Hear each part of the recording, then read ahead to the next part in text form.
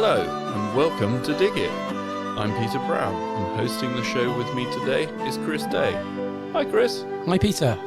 Wow, March in the garden. Daffodils are out, the wind's blowing. The Forsythia, Peter, for the first time ever, was out at the end of February. Oh right, okay, I didn't see that. Yeah, but it's certainly it's an interesting year this year with regards to bulbs and timings, isn't it? I think the snowdrops seemed a little late, and then everything's come flying forwards. That's right, and certainly, with the bulbs, and also the fact that we've had so much rain last month, of course. Those deluges really did obviously impact on all the fields, and I know our stock here was suffering a little bit from a little bit of waterlogging until the last week or so. Yeah, and the grass is growing again. It is. Honestly, I need to mow my lawn already. Yeah, yes. We had a customer the other day saying that her dandelions were well in flower. Is that a good sign that spring's around? And of course it is, isn't it? It's a perfect day. So time to get on then, Indeed. isn't it? And what things have we got to go and look at? What shows are on at the moment? Yeah, well, for March there's quite a few things. I better kick off with our an event happening at the Garden Centre. We've got our charity of the year, the Wildlife Trust, Peter. Yep. They're here on the 2nd of March on the Tuesday, and they'll be joining us to explain a little bit about the wonderful work they do, and obviously popularise the local woods to everywhere in the UK. Actually, they're doing a wonderful job. And then let's go a little bit international this month. Oh, yeah? Yeah. Where are we going? We're going across the big pond. Off to America. What's going down there? Yeah, so it's the Philadelphia Flower Show, and it is apparently one of the nation's largest and longest running shows, and I did have a look on their website. It looks amazing. Something sort of Chelsea Flower Show times 10, I would say. I was going to say, but bigger. But bigger, better, bolder. What you'd expect. What the Americans are best at. Indeed, Brilliant. but it's got lots of obviously flowers. They seem to have lots of seminars, and it looks a really good event. So that's between the 2nd and the 10th of March. So a nice run there. And then a little bit closer to home, on Sunday the 17th of March, there's one of these rare plant fairs, which are obviously popular as we go into the spring. The first one's at Bishop's Palace in Wales, in Somerset, a lovely location for a rare plant fair. So that one, yep. And then we go again, actually right round the world. We go... Down under. Down under, indeed. To the Melbourne International Flower and Garden Show. So this is, it's held at the Royal Exhibition Buildings and Carlton Gardens. And again, it looks pretty amazing. It's very lifestyle-y by what I could see on the website. So is that a bit like the Gardener's World Show then? I think it's... have over here? I think it's in that same sort of vein, yes. It looks, but really good there. And obviously lots of things to do. So that's between the 20th and 24th of March. And then at the Garden Centre, another big event for us. That's on Wednesday the 20th, is our Orchid Day. Oh, right, brilliant. And who have we got hosting it this year? So we've got Manos back. Manos, brilliant, great stuff. He always gives us loads of tips and great ideas. And if you want to search through the archives, he's done a couple of podcasts now. He has, Terrariums back in the autumn of last year, wasn't it? And then a couple of years ago, obviously talking orchids. But he'll be here and he'll be doing his MOT for orchids. So if you've got an ailing orchid and you're local to the Garden Centre, bring it along and he'll work some of his orchid magic. Yeah, he repots them quite often, doesn't he? And teaches you how to do that. I always learn so much from him. He's very inspiring, isn't he? Yes. It's been very interesting. And obviously we were speaking only the other day, it seems, to Peter White, the president of the Orchid Society. Indeed. And so if you're into orchids, maybe have a listen to that podcast. Most definitely, yes, it's there to listen to on our back catalogue. 23rd of March, another rare plants show at Digby Hall, and that's one. Yeah, that's down in Sherborne, so down in lovely Dorset. Again, it's free admission too. Can't be bad, and that's between 10 and 2.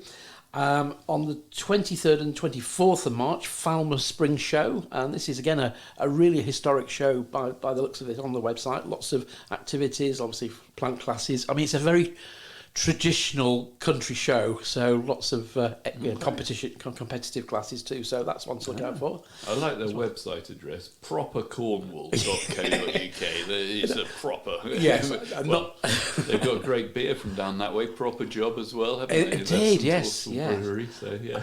And I suspect there'll be a few Cornish pasties later as well. There, that has to be, doesn't it? Yeah. And as we're in the month of March, Peter, it might be just worth giving a shout out because we sort of just missed the mention for this last month, but Monty Don's back on our TV screens. Oh, right, okay. With his Spanish Garden series. I watched the first one the other day. It's the BBC have been very coy. They're releasing one once a week, so we're being rationed to an hour of Monty on Fridays for the next few weeks, but you can catch it all on the iPlayer. Yeah. But I was really impressed. He's a very good travel presenter, I have to say, and he does show a lot of passion about the gardens, and you do learn an awful lot about where he's travelling to and from. So worth a watch. I'll have a look at that because I love Spain. It's one of my favourite countries to go and visit for the summer holidays. And yeah, because I've been to the Gaudi Gardens. I think it was his house and gardens in Barcelona. Oh, lovely. It's sort of one of those, I would say, terraced gardens. It's on the side of a hill. Yep. It's a beautiful view down across Barcelona. Right.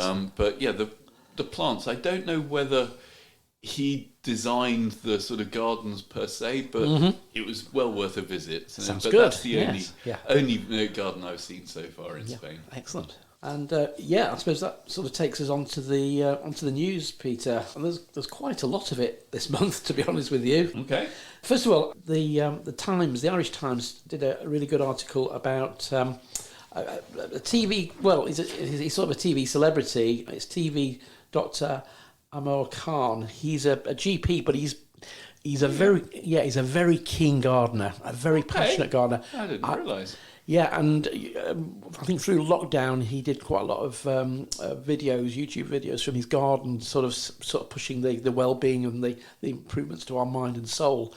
Okay. The garden. Yep. So he's just basically saying how instrumental since then gardening has become, and obviously almost GPs are now sort of prescribing gardening as a part of their prescription to health. And I think it's a really interesting thing. He's very much involved in a lot of the charities as well, including the RSPB, he's a vice president of the Wildlife Trust as well, and even the British Hedgehog Association. But it's well worth a good article to read if you want to be a little bit inspired and find out what the GP's view on the way we garden and on the benefits it brings to our lives. Ah, brilliant. Yeah, because something I'd not really realised, apparently wellness is essentially meditation. Okay. From what I understand, but it's the modern take on it. They've rebranded it, of course. but essentially it's thinking about sort of your body and your mind and all of that. I'm sure I'll get shouted down for saying such an outrageous thing, but no, I never really understood what wellness was until a while ago. Yeah, well, if you're gardening, you're in a good place, aren't you? That's the thing. Well, yeah, I think geographically and maybe mentally not too. Not only that, I mean, it's the physical exercise that releases obviously the endorphins and makes you feel proud of the fact that you've achieved something, which is always good, and getting out in the fresh air is always good. But the one that I read recently was hopefully we'll be interviewing him soon. One of our future guests was saying about how many times have you ever had an argument in a wood? Oh, right. Because when you go out walking and enjoying like a woodland, do you ever go there to have an argument? No. You go there to enjoy yourself and enjoy the peace and tranquility in the environment. And I was like, that resonates with me. It is it's a nice thing going for a walk, isn't it? And connecting with everything around you and connecting with the soil too, isn't it? Yeah, that's it. And also in the news, there's an article basically labelled pollution busters. So this is a story from the Surrey Global Centre of Clean Air Research, and they were saying that it's not all trees are particularly good for cleaning pollution. Some are better than others. I suppose we all know that. But cutting to the chase, Peter, it looks like that Japanese cedar and Lawson cypress. Now, Lawson cypress, of course, is one of the one of the parents of Lelandi. I was going to say, isn't that the tree that everyone loves to hate? Indeed. But obviously, evergreens are the ones to go. But obviously, deciduous trees have their place. So it's interesting. I mean, I don't think it really tells us too much, but they're obviously doing lots of research on that, and they've set it up on the A3. Right. I suspect quite close to Wisley Gardens, actually, in that part of the world, through Surrey. Because obviously that is a really busy bit of road. Certainly the times I've been to Wisley, it's incredibly busy throughout the year. Yeah, well, it's a sort of rat run down to the coast, isn't it? It is, yeah. So that's a little bit interesting. And then moving on, Plant Heritage, they're doing their usual Threatened Plants of the Year 2024 competition. It basically returns now, and they're basically looking for these threatened plants. So if you've got they're basically asking gardeners across the UK to search for any rare or unusual plants and to basically register them. And the winner, and there will be a winner, will be announced at the RHS Hampton Court Palace Flower Show later in the year in July. So that's good. So it's a good thing. So if you have got something a little bit different in your garden, you've not been able to identify it, then this might be an opportunity to maybe work out what it is, but maybe put it on the map and put yourself on the map too, perhaps. Brilliant. Yeah. So that's the Garden Heritage. We'll put the link on the show notes, Peter, for people to look at that as well. Yeah. And going back to trees, there's a lot of work on obviously disease resistance there, and there's some work being done on up in Scotland. Obviously, the Dutch elm obviously attacked and Dutch elm disease wiped everything out, didn't it? Pretty much in the 70s. Yeah, they reckon it was about 60 million trees. I think that was the number. Maybe a bit more than that. I don't know, but it's huge numbers. But basically, they're developing saplings which have been naturally bred from a mature wych elm, which is Ulmus glabra. That's the one we sell at the Garden Centre here. So it's got a reasonably good resistance, and they're obviously genetically tagging it and seeing how it fares. So I think what they're saying is these genetically improved versions, they might make it. I'll say a small percentage won't, but if they propagate from the ones which do sort of make it twice, then there's a chance that they'll be able to re-establish it. That's it. Yeah. In the UK. Yeah, and I think that same process I've read is what they're going to do with hopefully Fraxinus ash. To combat the ash dieback. So it's the same sort of genotechnology as well. So it's good. It's a very positive step, isn't it? And that's happening up in Scotland at the moment. There's I know I've talked about it before, but all the box plants around me in Northampton, the majority of them have been wiped out. Yeah. But I found a little hedge the other day, just walking around in sort of Northampton, that totally untouched. Interesting. And I was looking at it, and so why? Yeah. Why is this one totally untouched, but ones I'm going to say quarter of a mile away are all dying off and devastated. Interesting. Maybe the tennis club has a rare breed of box that I'll keep an eye on which the caterpillars don't like. I mean, at the end of the day, it is things like that, the observations that people think, well, why is that one stayed alive, and now maybe we can breed from that. It is interesting. We are getting an awful lot of customers, obviously losing it to both the caterpillar and the obviously the box blight, and I think it's been accelerated through last year's very damp summer, and of course this winter's incredibly mild and wet conditions too. So I know we've seen huge rise of popularity of plants like Euonymus, Gene Hughes and Green Spire. These are the new plants on the block which we'll be replacing, and we're seeing huge numbers being sold. So that's an indication that people have unfortunately had enough of their box and they're trying something new, which I don't blame people doing that for all the good reasons. Yeah. Well, that's it. And our friend David Hedges-Gower, he's in the news again. What's he up to? Yeah, he's made quite a call to arms really for the total banning of lawn chemicals.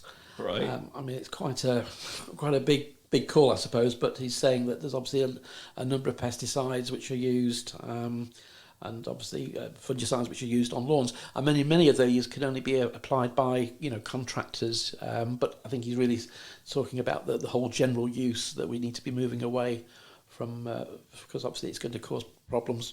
Maybe these are going to be leached into water courses as well. If you think about the large volume of lawn you would have and the volumes you need to use, and obviously, he's saying his little piece, and I'm sure there's not that many chemicals you can use on your lawn apart from really the fertilizers. So it's a tough call, but he's making it. Thoughts, Indeed.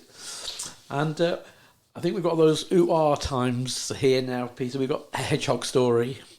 Okay, But are the robots going to kill them? Well, yeah, that's the headline, isn't it? So this is obviously the increase of robotic lawnmowers is obviously set to increase exponentially over the next few years, especially as we're phasing out petrol cylinder mowers and such like. Yep. And unfortunately, now there's a suggestion that there should be some sort of device in the robotic lawnmower to basically detect hedgehogs, so that the thing will stop and the hedgehog can then move across safely before anything impending doom should happen on it as well. It's interesting because normally, like, whenever I've ever seen a hedgehog, they're running away. They're never. They're not bold creatures that sort of stand around, and I'm surprised that sort of robot mowers are not causing them to sort of pick up their ears and move off. Indeed.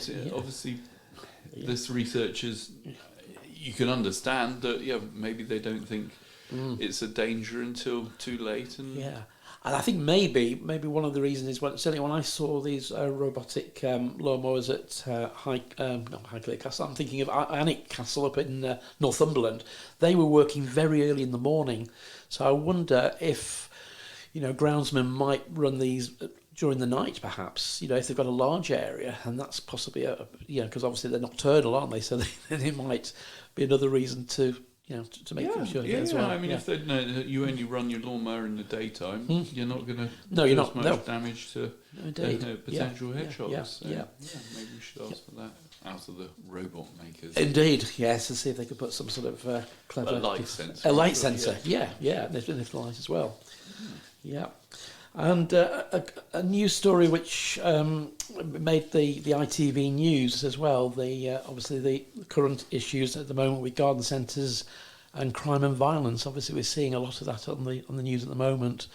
And unfortunately, across all retail, isn't it is. But obviously, garden centres became part of this story. It was looking at Blue Diamond's experience over a particular incident. So it's just an awareness, isn't it, that unfortunately, obviously shoplifting and crime is on the increase, and garden centres are just targets like everywhere else, regrettably. Well, I think the figure that really saddened me is that the survey indicated that a number of incidents rose by a startling 50% to 1,300. I'm guessing thefts per day in 22-23. Yeah, that's a huge increase, isn't it? I mean, there's 45,000 shoplifting crimes committed every 24 hours. I know there's a lot of people in this country, but that is... And I know, from our point of view, when we ring the police, and the last one was that we had a aggressive person who was not at all nice, and the language they were using was disgraceful. We ring the police and we get absolutely no help whatsoever. And you just think... indeed. It's not really the right focus, I don't think. No, indeed. If people can get away with small things like that, and it's just left to run rampage in society, what do they then turn on to after shoplifting? It's just not perhaps right. a question we need to be asking our MPs, perhaps, ring up to an election later on in this year in the UK. On a slightly brighter note, garden plan for Queen Elizabeth, the late Queen Elizabeth. So there's a new, the site of a former nursery at Regent's Park is set to become a new garden to commemorate the life of Her Majesty Queen Elizabeth II, which is good news, isn't it? Well, she was such a keen gardener and loved the trees, and I mean, you think that all the times that she went to Chelsea, and Indeed, it's brilliant that they're doing that. So that's great. So that will be work's going to begin this spring, and the garden's due to open in 2026. So and that'll obviously then would have marked the Queen's 100th birthday. So that will be a really nice tribute. We'll look forward to going and seeing that in a few years' time as well. It's established itself. Indeed, yes. And we mentioned about Monty Don's Spanish Gardens. He also is in the news as well. He's saying to his Waitrose followers to buy peat-free, which is good because we're obviously in 2024 now, and things are changing this year, albeit a little bit slower than we perhaps thought. Yeah. And so he's really sort of pushing the envelope and suggesting that we need to obviously protect our peat boglands, and now is the time to take the peat-free option in our gardens this spring. So, now that we've got some better quality compost than a few years ago, why not? Indeed, yeah. Let's harness this as well on that side. Yeah, and a few little things which I spotted. There's we talked about lichens and lichens. They are resilient plants to save. They're sort of making the news as well. Lots of interesting surveys on there as well, and there's lots of experiments. And there was an experiment that lichens were attached to the outside of the International Space Station. Right. So when you see it pass across our skies, which it does quite regularly, it's got lichens on it or lichens on it, which I think is just incredible. And are they growing? They must be. Yes. So they are. Yes. They can. Wow. Yeah. I would imagine I would have imagined they'd have just gone into a sort of stasis and become dormant. But no, they can survive in space. Grow in space. Yeah. That's brilliant. Well, that's good. Yeah, indeed. And we talked. This is an interesting one. There's a stink bug. We're all probably familiar with the one in our own gardens. It's it's in large quantities. They can cause a lot of problems, but we tend to see them. But they are a bit smelly. Well, there's one obviously down under, which is causing even more problems, and they basically causing a few problems. And it's a non-native species which has caused problems. But it actually came in via a shipment of electric cars. Okay. Because of that, I think they basically turned the boat around and it was sort of sent back. But potentially these stink bombs could have caused even more problems by entering the country. They're funny-looking creatures. They are sort of flat and I don't know. Yeah, they're interesting. Yes, yeah, they're very sci-fi, aren't they? Yes, it is. On the side. And finally, one little story on here from Westland Horticulture. So some more research from good old Westland, obviously a popular brand in garden centres. Yeah. In a survey, more than 1,500 consumers, 78 revealed that they would choose houseplants to brighten up their living areas, and 38% have given their houseplants an actual name. So I like the fact that Bill and Ben and Chris are Bill, Ben and Charlie are the most popular ones. It's brilliant. Charlie the houseplant. Charlie the houseplant, yeah. And Bill and Ben, well, that takes us back to different times, maybe. Yes, indeed. Keeping on the peat-free, keeping on the theme there, one of our suppliers, Seiont Nurseries, they grow a lot of our liner plants, our young plants, which we sell on our mail order side. Heucheras and heucherellas and some of the grasses. Well, they've gone completely peat-free. In fact, they've been growing peat-free for the last 14 years, so they've been, sort of up there, and they're finding obviously that's making them more probably accessible now to other marketplaces as well. I think it's the way forwards for UK garden centres now, isn't it? Yeah, if you can buy English plants that are grown peat-free, then good on you. You're on there. Indeed, that's good as well. And on a new plant, a new magnolia has been discovered in northern Honduras. Yeah. That's Hawaii, isn't it? It is, yeah. So I wouldn't have thought magnolias would, they look a bit, they're not that tropical. I always think of them as sort of a cooler, temperate climate, but I suppose but this is a particular type of species, yes. So it's Magnolia. I've got a problem with the pronunciation there, but it's Cyrarium It's found clinging to the steep mountainsides of the rainforest. So it's, in the Pico Bonito National Park, and has been named in honour of the leading Honduran botanist.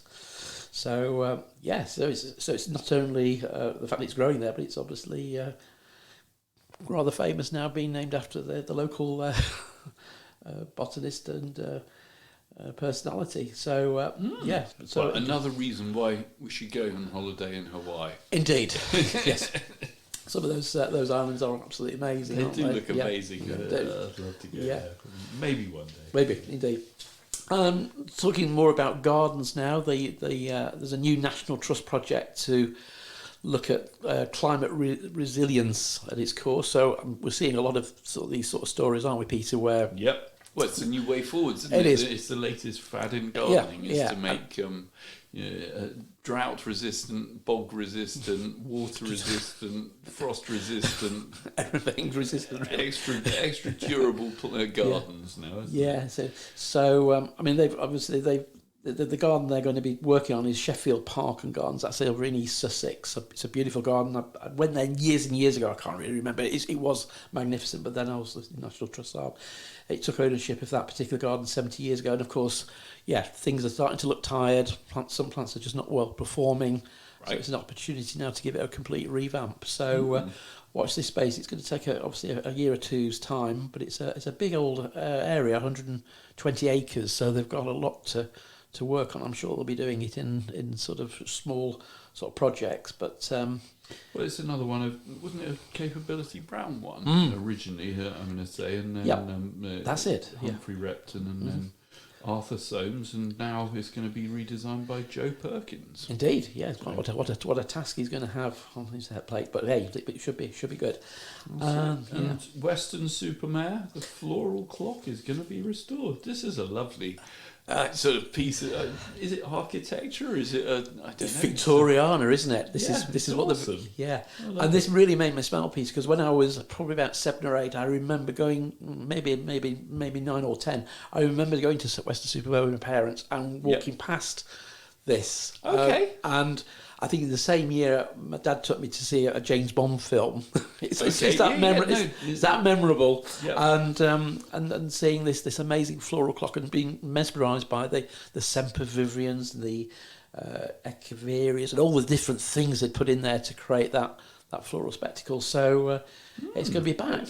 Well, if you're going to the beach for a ride on the donkeys at Weston-super-Mare, indeed, have a look at it. Some passing. It looks rather fun. Yeah, and in this day, current cutbacks in local authorities and such like, it's just good to see that they're putting money into something which is really nostalgia. But I think it's going to do them a world of good. And Kent's one of the largest fruit collections sold. Yes, Rogdale. Now that's a famous collection, isn't it? I mean, that's been in the news for donkey's years, as long as I've been alive, I'm sure. Yeah, and I think they have. I think they have the home of a massive collection of fruit. I think is it 4,000 varieties? It is 4,000 varieties, and I mean it is obviously quite a good commercial site. They have lots of events. In fact, they have their Apple Day, I think, or they have their Apple Weekend, usually around about the same time as the one we have at the Garden Centre here, Peter. So we always seem to follow their lead and timings.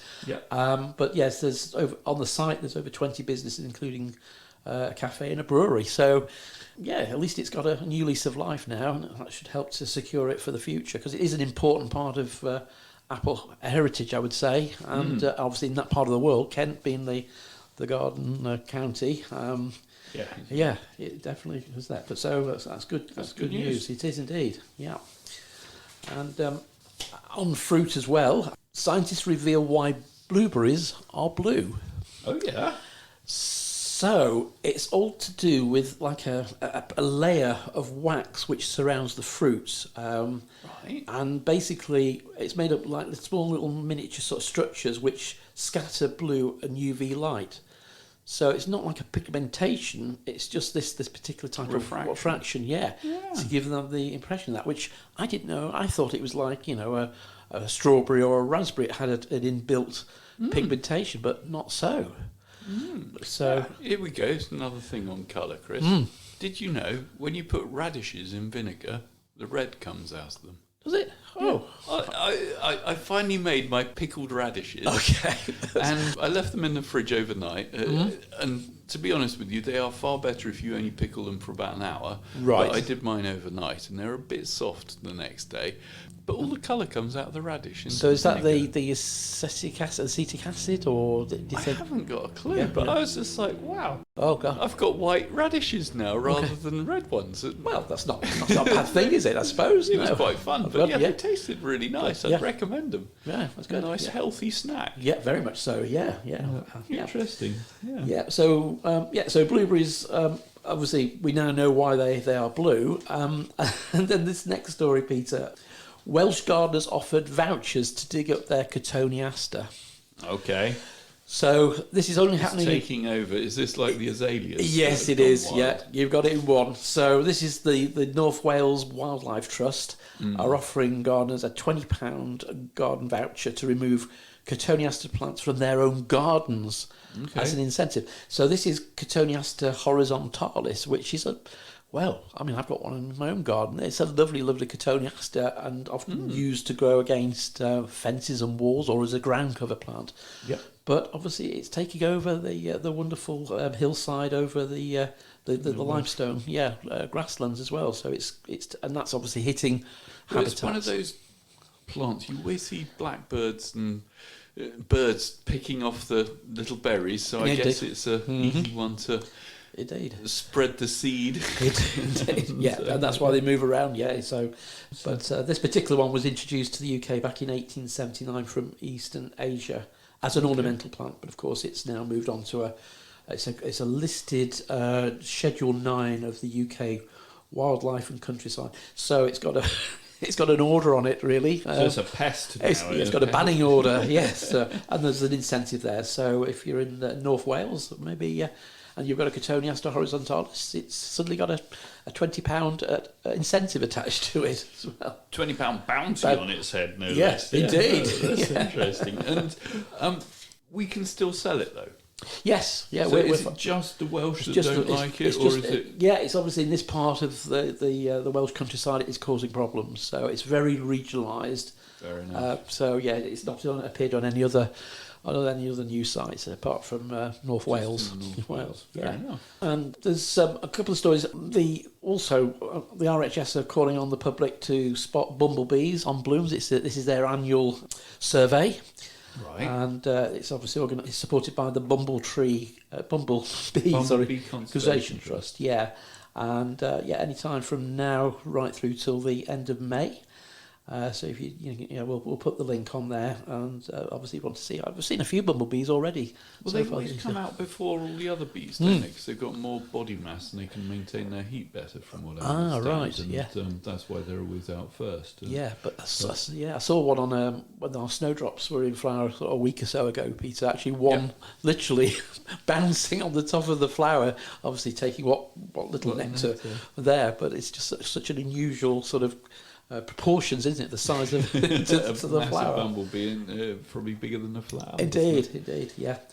And a celebration as well. The HTA, the Horticultural Growers Association, celebrated 125 years. So for gardeners, maybe the HTA might mean something, but for a lot of gardeners, it's usually garden vouchers, isn't it? I was going to say, Yeah. I think most people know them most for the garden vouchers, and they're wonderful presents. I think if you've got a relative or a friend who likes gardening, what better thing to give them than, well, it's no longer a voucher, is it? It's now a card. A card, yes. It's a preloaded card. And, but equally, they do a lot of sort of other things in the garden industry. I mean, they obviously have a voice with MPs and Parliament. Very much so.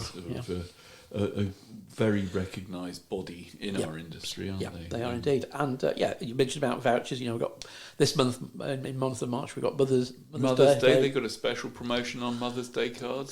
There you go. Yeah, and obviously with Easter at the end of this month as well. So very important. And certainly it's the environmental campaigning the HTA do so much for, and certainly with the big peat debate. And obviously, post Brexit as well, they've had quite a big voice, haven't they, on that side as well? So and as much as the vouchers might be a commercial part of what they do, it does actually keep them. And then It's sort of working and funded because so they can give their voice to the politicians and make our requests heard, as it were. Indeed, yeah, no, they're an important voice as well. Yeah, and on the final stories, Peter, we'll give a shout out to Michael Perry, a good friend of the podcast. He's going to be the show host of next month. So this is April's first urban RHS Urban Show in Manchester. Okay. So he's sort of the ambassador. So he's going to be fronting that, which is really good to see. And that will be something to look forward to. And that's basically next month. So that's the 18th to the 21st of April. But so he's known as Mr Plant Geek. That's he? it. Yes. Yeah, And you follow him on his socials. He's always very entertaining, and he has been out and about. And certainly, I went to a gardening show a couple of weeks ago, Peter, and he was only there for about 2.5 hours, yet the amount of pictures on his socials, he looked like he'd been there all day. Oh, right. So Excellent. he was obviously getting, and he's great for the gardening trade. He's really helping us to promote new plants and new products, and which is what it's all about, isn't it? Definitely.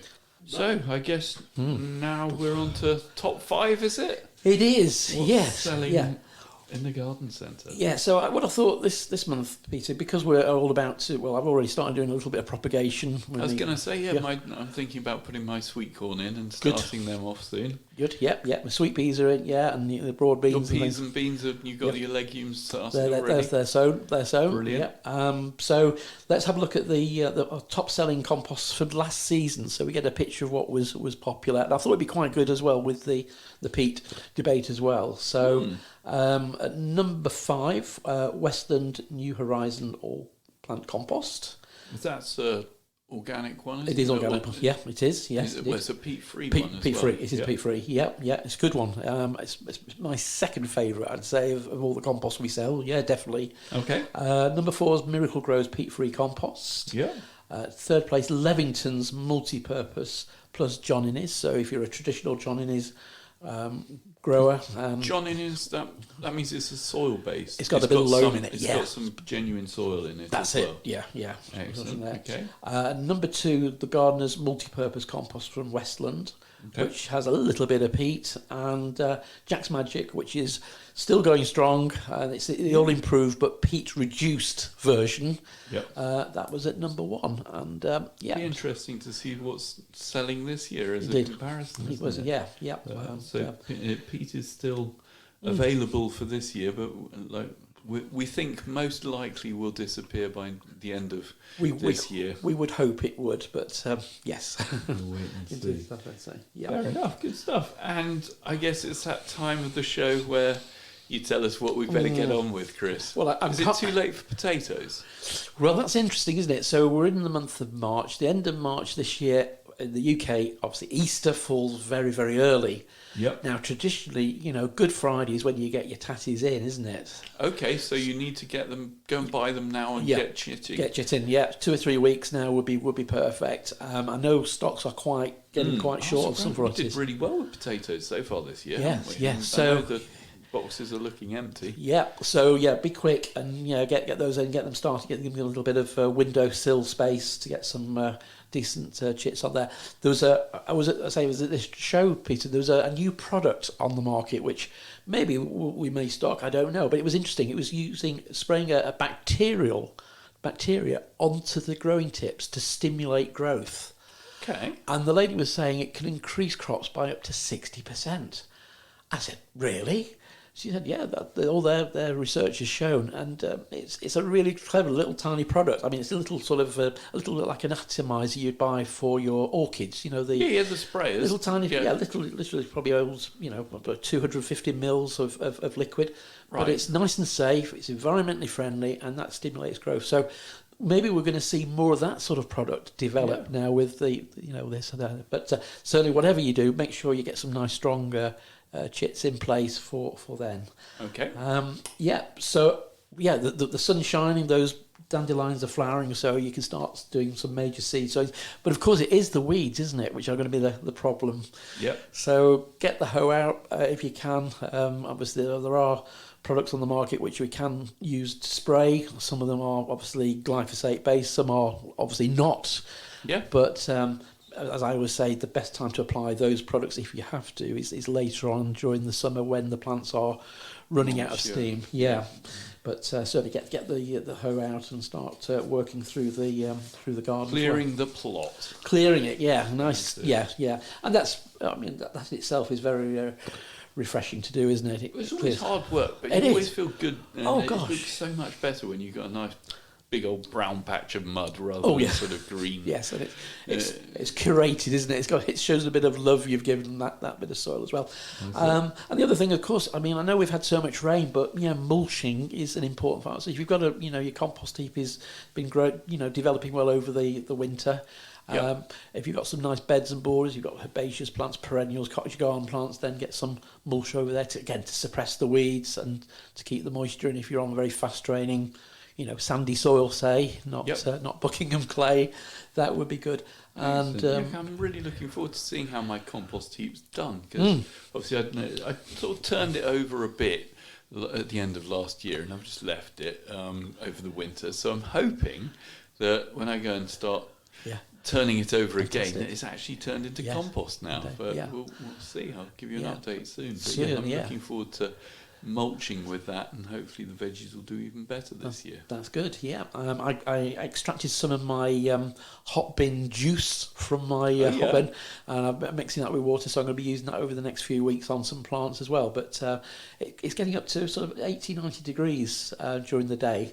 Right. In the sunshine. I can't believe that the thermometer just moves right up in the top there, and you open the top and this waft of heat escapes. Really? It's incredible bit of kit. So that's a sort of hot compost bin, isn't it? Hot bin, And how long is it meant to take before? About 3 months. Okay. So I started it literally over Christmas because it was a Christmas present. So hopefully by the end of this month I should be able to extract something. So I'll give you an update on that as well. Interesting. We'll have to compare compost. Indeed. See which one smells. So far so good. But we're throwing absolutely everything apart from bones, meat, obviously the contents of the Hoover, tea bags. Everything is going in.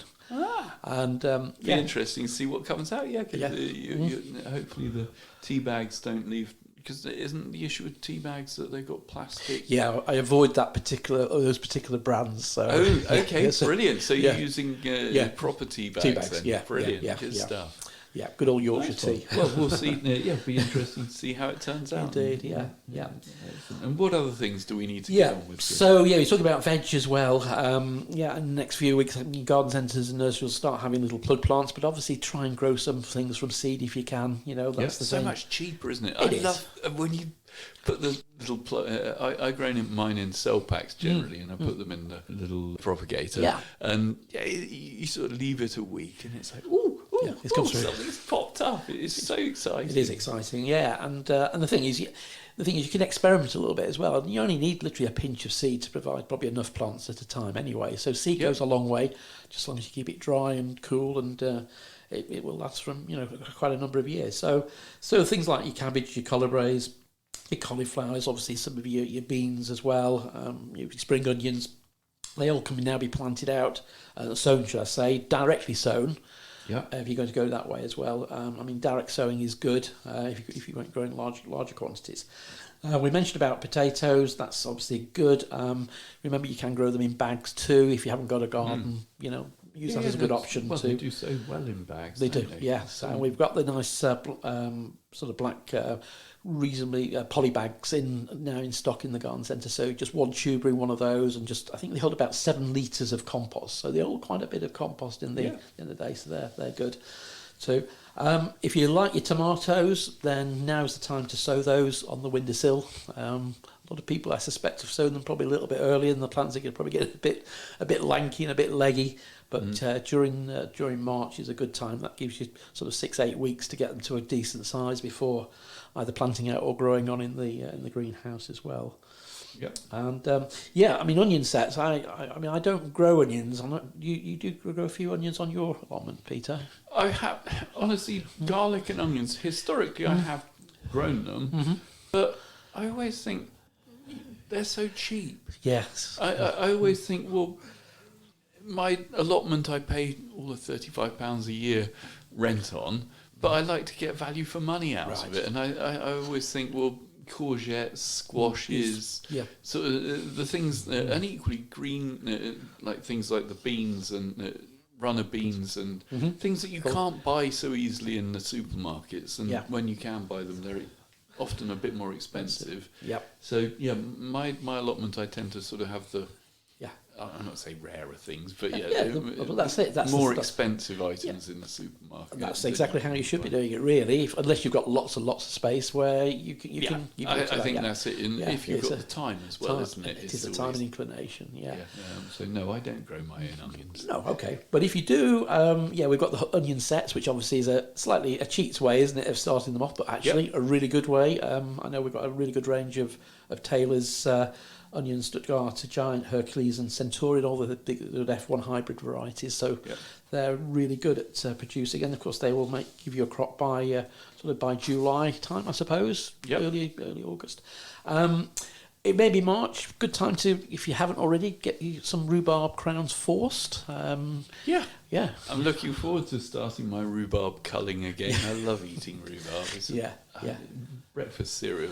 I know it makes the milk go sour, but I love it. Yeah, indeed. Yeah, and obviously give them a really good feed as well. If you're not doing that and you're just trying to, if you've just planted them or you're about to plant them, it's a good time of the year to establish new crowns too. So look out for those in the garden centre. Things like Timperley Early and Victoria, Glaskin's Perpetual. They're all good varieties to look out for. Yeah.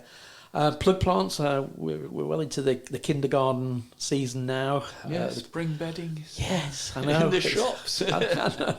So obviously, if you're ordering online and buying your little plug plants, once they arrive, get them potted up as quickly as you can, and give them as much light and lots of TLC, because they will reward you. And if you're clever with you buy things like fuchsias and things, what I do is pot them up, let them grow for perhaps a month or so, and then just nip them back long enough to take more cuttings. So I usually get 2 or 3 plants out from there. That's a good idea. So your 60 or 70p investment for your plug plant turns out to be sort of 20p, because you brilliant. If you get 3 out of it instead of just the 1, that's even better, isn't it? Yeah, I am a Lancastrian, not a Yorkshireman. So that's an important thing to do, and just get them growing well. The other thing, I suppose, you say the daffodils have been nice and early this year. Deadheading. I suppose so. So, tell us about that, Chris, because the trick is to leave the foliage, don't cut the foliage, correct, isn't it? But you can take the dying back flowers. Yes, so with daffodils, you get quite obviously a distinct stem, don't you? And then at the top, the flower. It's a matter of taking the flower and just going back ever so slightly and taking what would become the seed pod. But you leave the whole stem then, like the leaves then, to naturally die back. And it's about 6 to 8 weeks. They reckon as long as you don't touch the foliage in any way, shape or form, i.e. you don't knot it or do some strange things or cut it back, the plants will then give you a good show of flower next year. So it strengthens the bulb, doesn't it? It puts all its energy into growing the bulb rather than putting them into seeds. And also it's a good point as well, when you're going round your garden, if you find you've got clumps which haven't flowered particularly well, now's a good time to lift those bulbs and then maybe slightly move them into a different place, but then plant the bulbs deeper, because often what happens is the bulbs generally move towards the surface, and that's when they stop flowering, or make the bulbs technically go blind, which it just means that the plant just needs to get more moisture and more food. So just by lifting them, putting some nice bit of blood fissure bone or something in the soil, or a bit of replant them a bit deeper. Yeah, and that usually brings them back quite well. So might be worth doing that. Yeah, and it's snowdrop division. That's something that's sort of taking the press by storm at the moment, isn't it? When getting your scalpel out and chopping up your snowdrops. Indeed. There's quite a few interesting articles that I've been reading on that. Yeah, and the reason for doing that is you technically, to propagate them, you do them in the green. So this time of year, as soon as that flower is faded, the plants are more likely to produce more bulbs. and obviously give you a better show for next year as well. So, yep. So, and that the same applies to winter aconites, the Aranthus as well. You can do the same with those. Oh, right. Okay. So worth doing that as well. And then yes, watch out for lily beetles. Yeah. Little blighters. They're around. A couple of things you can do. I mean, you can use the Tropic glue, which we sell, the glue, the glue you use on fruit trees to stop. Yeah, you can run that along the edge of your pots. Okay. So when the lily beetle, if you're growing lilies in pots, that's a good way of stopping them to get to the soil and obviously burrow in and cause havoc with your foliage as it starts to appear. Yeah. And also crown imperials, fritillaria, the big, wonderful orange and yellow things, they are very prone to them as well these days. So have something prepared for those too. Refresh long-term pots. It's something I was doing the other day. Actually, put some fresh compost in the top of your old established pots if you've got sort of shrubs or conifers or whatever in your on your patio or in your deck. Get some nice compost in there. Do a bit of weeding, just generally clean up the soil a little bit, and that'll help the plants this spring too. Dahlias, I've noticed we've got obviously a really good range of dahlias again this year. They can start to be started off in a bit of light, a bit of warmth, as long as it's frost free. Too early yet to plant them straight out. You have to wait till late April, May to do that. Okay. And obviously check up the summer flowering bulbs like your gladioli and your freesias too. And I noticed some really nice big tubers of begonias. They can be started off on the windowsill as well this month too. Yeah. And finally, hardy annuals. So this is the things you can get the kids involved in. Whether it's sunflowers or zinnias or cosmos, get some nice mixtures of seeds and start sowing those. That might be a really good job for Easter. Maybe. That's a good idea. Yeah, as I hadn't thought. Yeah, normally I must admit I generally wait for the school to send them back with their little sunflowers, and but now maybe this year I should actually grow some with the children from seed. That'd be interesting. So that should keep us all nice and busy through the month of March, Peter. Brilliant, that's great. Well, certainly a few jobs to get on with as usual, isn't it? Then spring is definitely in the air. Yeah, it's a sprung, and there's so much to be done, and there's only a certain number of hours a day, but at least the day lengths are getting that little bit longer now, and when the sun does come out, it has got a little bit of warmth to it, isn't it? So which is good there. Yeah. Brilliant. Okay, well, thank you very much for those tips and jobs for pleasure, Peter. Us, Chris. Yep. We'll chat again soon. Indeed. Thanks, Peter. Excellent. Thanks, Chris. Today's show was brought to you by Buckingham Garden Centre and Nurseries. The show was hosted by Chris Day and Peter Brown. The show was produced by Peter Brown. And our thanks to Chiltern Music Therapy for providing the music. Thanks for listening. At Chiltern Music Therapy, we want everyone to know the difference that music can make in their lives. From parents and their premature babies in hospital to grandparents with dementia. We provide music therapy and community music services to people of all ages and needs across England. We work both digitally and in person in people's homes, care homes, schools, hospitals and hospices. Find out more at chilternmusictherapy.co.uk.